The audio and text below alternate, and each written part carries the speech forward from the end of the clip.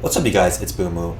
I want to talk about a video on how to deal with high-level analytical clients. Some of the most difficult or misunderstood clients, in my opinion. Don't think of these people as difficult people in a sense. Just think as a mindset shift on they actually need some help. There's obviously a reason why they're sitting and taking their time, chatting with you. It's about understanding and providing effective communication. That's what sales is really about, right? On your product and service at the very highest level, able to transfer the gap that they currently are versus the gap they want to be and closing it or transferring them over, right? They reach at a certain point for a reason, the high level status, the affluency. So it's very important for you to understand where they're coming from and what they're looking for. So put your mindset on their shoes. They are in a certain position because of how they shop, approach their life, and the mindset that they have.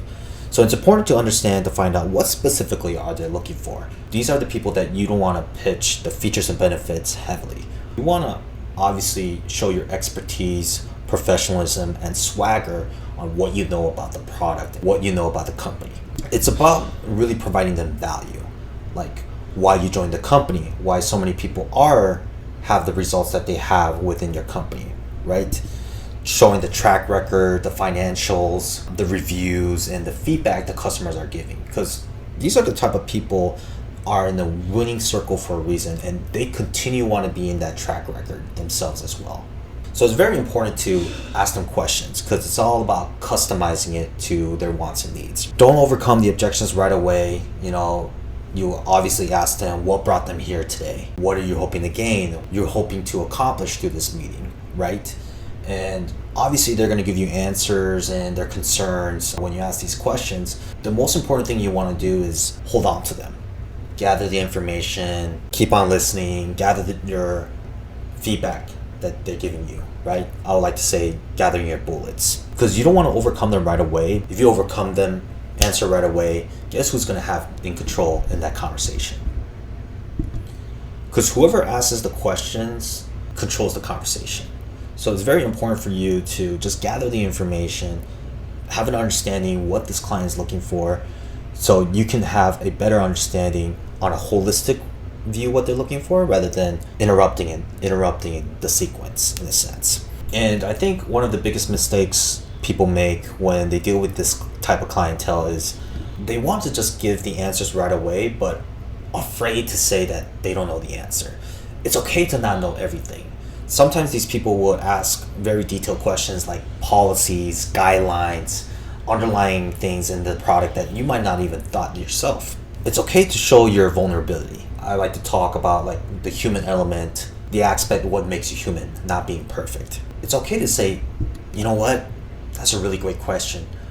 I would hate to give you the wrong answer. Let me write that down for you. I'll get someone to answer the call, either my manager or my director, so we can get your concerns and questions answered. Since we're in that topic, did you want to add anything else within that guidelines or within that subject? It's very important to get all the questions answered within that subject. But feel free to keep on asking me questions if anything pops up. And just keep on with your process, right? Because the last thing you want to do is get in a rabbit hole and talk about the same subject for 10, 30 minutes on one thing when your job is to put them in an emotional roller coaster and transfer the certainty of where they're at to where they need to be in that process of flow state. When you show this vulnerability and honesty, it shows that you're a trustworthy person, that you're not perfect. It shows that you're very honest at the same time. If you're willing to give them the answer, it builds credibility and they know that they're working with people that have built a business on a like-minded people like themselves. So it shows the likability, commonality, and the credibility when you show your vulnerability. So don't look at it as a bad thing. Look at it as a good thing and potentially something that you can learn at the same time as well. And it's okay to walk away from the deal. Obviously, these people are high level for a reason. They want to break down and assess the pros and cons about the product. Sometimes they just need to think. And some people are willing to jump right away as soon as you answered everything because they might have done their due diligence and research before they even met you most of the time. It's very important to ask them, are they willing to do a second consultation? Are they willing to do a good faith to reserve their spot because the spots are limited, right? Going back to urgency and scarcity, the basic of sales. It shows that you actually are one of those people who are not willing to close a deal or trying to pressure right away. You're there to provide value and information and a true expert on what they do. So it's very important to get the commitment of, hey, I'm not the type of person who convinces someone to do something right away as soon as they meet me. You're going to have some overnight questions and more questions after this consultation. So let's do this. Let's set a second consultation where I'm going to get these questions answered for you. At the same time, go over any overnight questions that you might have after this meeting. How's that sound? And they'll be like, yeah, let's do that.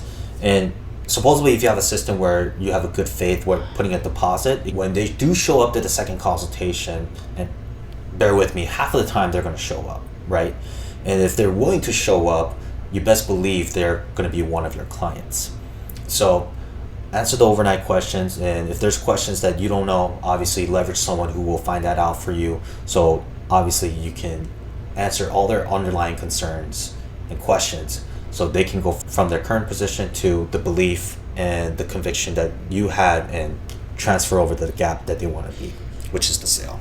When you do the post-sale, which basically means after you close the deal, it's very important to understand that these people will still have more questions afterwards. Don't make a mistake that being overwhelmed or frustrated. What I found out is communication solves a lot of things, not just business itself, but life in general. You want to keep in a good communication in a timely manner because they expect that from you. The most exciting part about this is not just earning a quick buck, but how it's going to multiply your business. I'm talking about referrals. These people know people that are like-minded and have affluent income.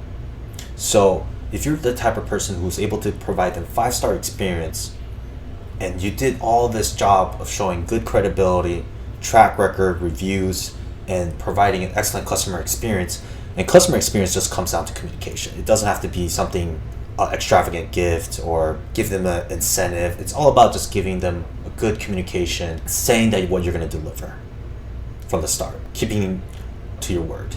Once they experience that 5-star experience, you best believe they're going to tell people about what they've been doing lately, what some ventures they've done, and they're going to mention you.